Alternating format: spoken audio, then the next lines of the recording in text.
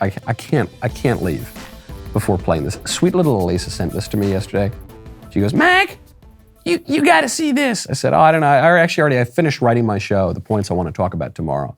You know, we all have to talk about that dumb balloon. She goes, no, Mac, you got to see this. This is a new Disney show. It's actually a reboot of an old Disney show, which I had never heard of, but it's called The Proud Family. This is the show. This country was built on slavery, which means slaves built this country. Tilled this land from sea to sea to sea. First there was rice, tobacco, sugar cane. Then Whitney did his thing and cotton became king. And we were its soldiers, 4 million strong. Fighting for America's freedoms, even though we remained America's slaves. Built this country. The descendants of slaves continue to build this. Slaves built this country. And we, the descendants of slaves in America, have earned reparations for their suffering. And continue to earn reparations every moment we spend submerged in the systemic prejudice, racism, and white supremacy that America was founded with and still has not atoned for. Slaves built this country. Not only field hands, but carpenters, masons, blacksmiths, musicians, inventors built cities from Jamestown to New Orleans to Banneker, Washington. And we demand our 40 acres and a mule. Bump that! You can keep the mule. Keep the 40. We're taking our freedom.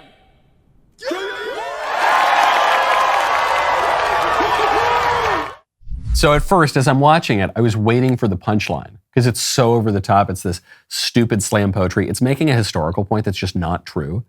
Obviously, slaves contributed to the building of the country.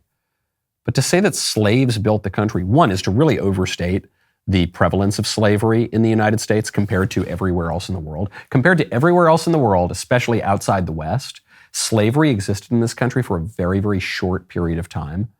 And people were always uncomfortable with it, and it was being phased out from the nation post-revolution's earliest days. But two, it also ignores the significance of ideas in human nature, and in human progress and in history. Because the slaves did a lot of physical work, not denying that the slaves did a lot of physical labor, but the slaves very rarely did or had the opportunity to contribute the ideas that craft the country. Slaves didn't write the Constitution. Slaves didn't write the Federalist Papers. Slaves didn't establish the House of Burgesses. Slaves didn't do any of those things. I'm not saying it's the slaves' fault. The slaves were slaves, so they didn't have much of an opportunity to do it. But obviously, history is propelled in part by physical actions and labor, and just kind of regular till the fields kind of labor, then by physical actions that are inspired by ideas, and then by ideas themselves. I mean, the pen is mightier than the sword in many ways. So the historical idea, preposterous. And then the slam poetry angle, so absurd. Such a caricature. But then I said, okay, well, you know what it's going to be? It's going to be at the end of the video. They're going to get done with this stupid performance, and then the audience is just going to be silent. Like, what? Huh? Oh, this is a talent show, guys. Why are you... And what happens? No, there's a standing ovation. What's the punchline? The punchline is, listen to our frankly Maoist political screed, and then you better stand up and applaud too, kids. That's what Disney's putting out. That's why DW Kids exists. That's why we're doing it. That's why Jeremy is investing $100 million in DW Kids and the other entertainment content, so that your kids don't. I cannot subscribe to Disney if that is the kind of crap that my kids are going to see. And then I said, what is this cartoon? It's called The Proud Family. And I thought, of course it is. Because all this stuff always comes back to some deadly sin, and almost always pride. It's the pride parades. It's Sam Smith giving a Satan performance at the Grammys. We don't have time to get to that today. We'll get to it tomorrow. It's the Proud Family. It always comes back to some sin.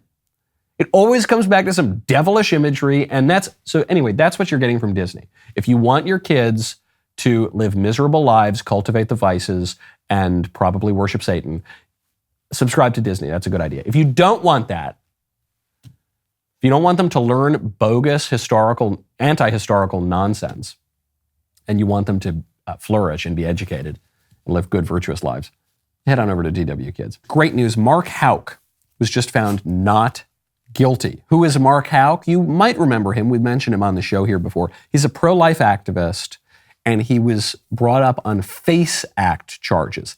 FACE Act is a terrible law that says that people have the right to go to abortion mills to kill their babies without having to deal with protesters, or very often the pro-lifers outside of abortion factories are not even yelling or protesting. It's nothing like BLM or Antifa. They're usually standing there praying, but the FACE Act has been weaponized by the Biden administration to try to stop the pro-lifers even from praying. You saw this in the UK. There was a video we covered on this show of a woman silently praying, silently in her own mind, praying across the street from an abortion center, and she was arrested for it. And we are not that far off from that degree of tyranny in this country, all to preserve what Democrats consider to be the sacred act of murdering babies. So this guy, Mark Houck, was brought up on these charges, and specifically, it was because he pushed a Planned Parenthood escort who was threatening his own son, his little son who was there also praying outside of a Planned Parenthood. So he was found not guilty. Of course, he should have been found not guilty. It was a terrible miscarriage of justice that the guy was even brought up on these charges. And while I want to celebrate, and I don't want to bring everybody down because this is a victory and we should celebrate it, the DOJ still got what it wanted here. The Biden administration still got what it wanted. The pro-abortion fanatics still got what they wanted. They didn't get everything that they wanted because this guy's not in an orange jumpsuit, but they got a lot because they dragged him through this terrible legal process. They smeared his name and his reputation, and they sent a warning to other pro-life activists. Don't show up. Don't show up outside these clinics. It's going to be a problem for you. Yeah, maybe you won't go to jail, but we're going to make your life a living hell for months, maybe years. Yeah, maybe you're going to want to think twice before you go pray the rosary outside of Planned Parenthood. Yeah. And people are going to get that message. The pro-lifers are so clear-minded on this issue that it's very hard to discourage pro-lifers, but there will be some people who will be discouraged. Well, it's just, gosh, I got a lot on my plate this coming year. Do I really have time to go through a potential long legal battle? I don't know. That's the message. That's the message that they want. They didn't need any real law. They didn't need any justice to do it. They could just wield the federal agencies like the jackbooted thugs that they are, the same people that are kicking down doors at Mar-a-Lago, invading the home of a former president. Those same people being weaponized by a very corrupt president. It's Music Monday. We got some great music today. The rest of the show continues now. If you're not a member, become a member. DailyWire.com/Knowles. Use code Knowles at checkout. Get 2 months free on all annual plans.